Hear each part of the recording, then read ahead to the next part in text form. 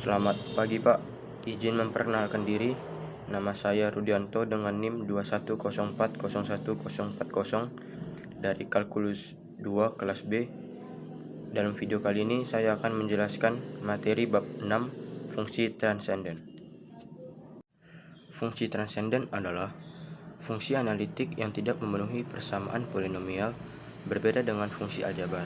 Fungsi transenden sendiri meliputi yang pertama adalah fungsi logaritma alami, kedua fungsi inverse dan turunannya, ketiga fungsi eksponen alami, keempat fungsi eksponen dan logaritma umum, 5 pertumbuhan dan peluruhan eksponen, 6 persamaan diferensial linear orde pertama, 7 aproksimasi untuk persamaan diferensial, 8 fungsi inverse trigonometri dan turunannya, dan 9 fungsi hiperbola dan inversnya. Baiklah, langsung saja yang pertama adalah fungsi logaritma alami. Baiklah, sebelumnya saya telah membuat intisari fungsi transenden. Saya akan menjelaskannya. Yang pertama, fungsi logaritma alami didefinisikan sebagai fungsi logaritma alami dinyatakan oleh ln atau logaritma natural, didefinisikan oleh ln x sama dengan integral dari 1 per t dt dengan batas bawah 1 dan batas x, di mana x lebih besar dari 0. Daerah fungsi asal logaritma alami adalah himpunan bilangan real positif. Turunan fungsi logaritma alami dinyatakan sebagai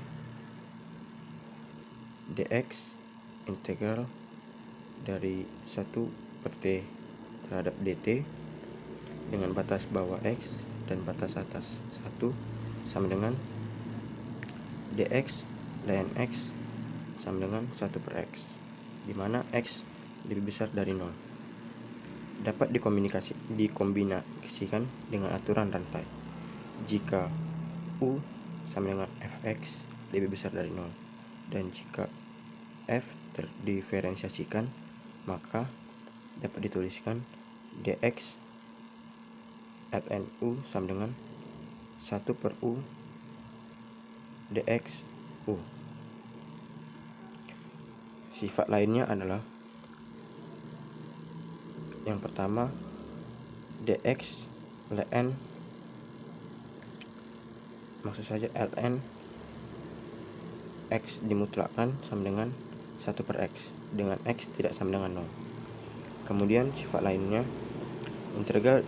integral dari 1 per x dx sama dengan ln x dimutlakkan tambah c dengan x tidak sama dengan 0, atau dapat juga ditulis dengan integral dari 1 per u terhadap du sama dengan ln u dimutlakkan tambah c dengan u tidak sama dengan 0.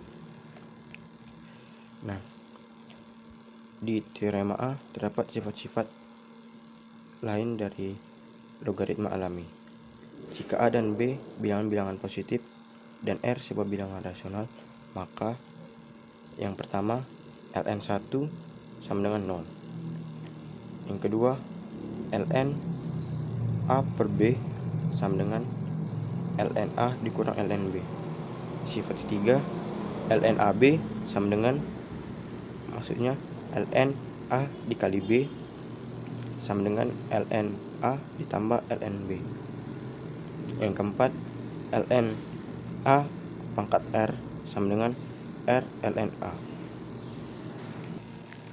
Kemudian fungsi logaritma, maksud saya grafik logaritma alami.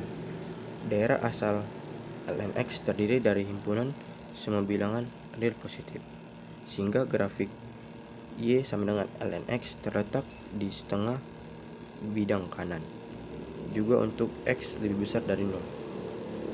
Fungsinya dapat dituliskan dengan dx ln x sama dengan 1 per x lebih besar dari 0, dan dx kuadrat ln x sama dengan minus 1 per x kuadrat lebih kecil dari 0. Selanjutnya contoh soal. Yang pertama adalah diketahui gunakan aproksimasi dari ln 2 sama dengan 0,693 dan ln 3 sama dengan 1,099. Nah,